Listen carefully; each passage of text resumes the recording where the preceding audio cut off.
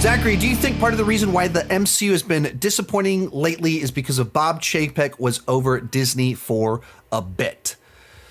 I think it's a complex set of things that were compounded by Bob Chapek being over Disney. So they built to a crescendo in 2019 with Endgame, as well as several other gigantic things where you have Star Wars Episode 9, you have The Lion King, where for Disney, it was just this crescendo year of so many gigantic blockbuster films. You're always going to come down from the top.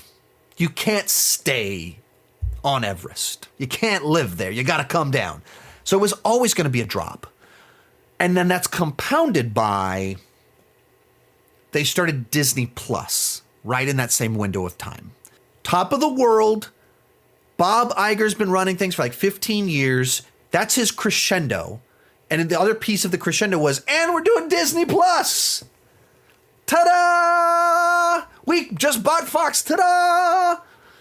Big crescendo going into the next year. Chapek takes over. Disney Plus is launched. And we have this transition. You're always going to come down, but now we're doing way more content with a different guy in charge that has a different value set than part of what, like Iger, kind of what he was good at was like, I'm going to buy a thing that works and I'm going to let them run their thing that works. Chapek doesn't really run it quite the same way. Doesn't give the freedom to the studios the way that Iger necessarily did.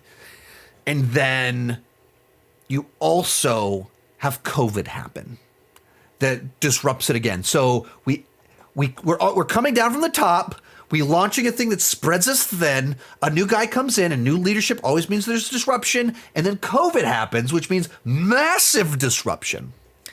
So it's a lot of things together.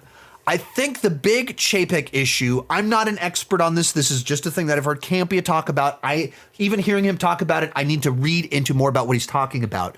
One of the things Campea's talked about is part of the problem with Iger is that he gave too much creative power or took creative power from Feige, from head of like Pixar, whoever it is right now. But it's Peter Docter, I think. Take it from the people that are creatives, and he handed it over to more financial people. And the decision-making power went to people that are trying to maximize profits and Disney stock price, rather than people that are great with making the stories that connect with people. So if you're trying to boost your stock price, one of the ways to do that is you have a big investor day where you have all of your big IPs come out and say, here's 1,000 things we have in the works. We're going to do this, this, this, this, and this, and they're going to be done by this person, this person, this person, this person, this person. And so investors go, oh, that sounds good. Pour money into it, buy Disney shares, and so the price goes up. But that's all built on brand trust. What Iger was good at was, I'm going to buy Pixar. John Lasseter, you're the magic. You're the secret sauce. I want you to keep doing what you're doing.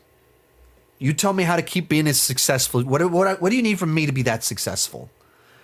And so it's asking the creative. It's, what can you do, Feige? What do you think is the master plan? And that's where Feige pitched when Disney was bought, like this Infinity Saga. And Iger's like, that, if you think that's a good, let's run with that.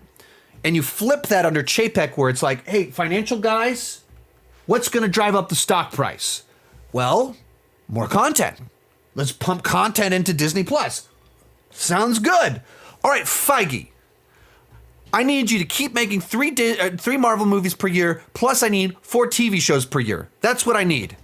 Instead of, Feige, we got a streaming service. What could you do? Where could you add the most value on the streaming service that complements your universe, expands it? And how would you need to shape, what would that look like for you to be able to expand in that direction? Let's work together. No, it's dictating to Feige, this is the amount of content I need. It's the reverse. So you have a scenario where we're always coming off the top, leadership change, COVID, new streaming service, and then along with our new guy is reversing the way that creatives are handled.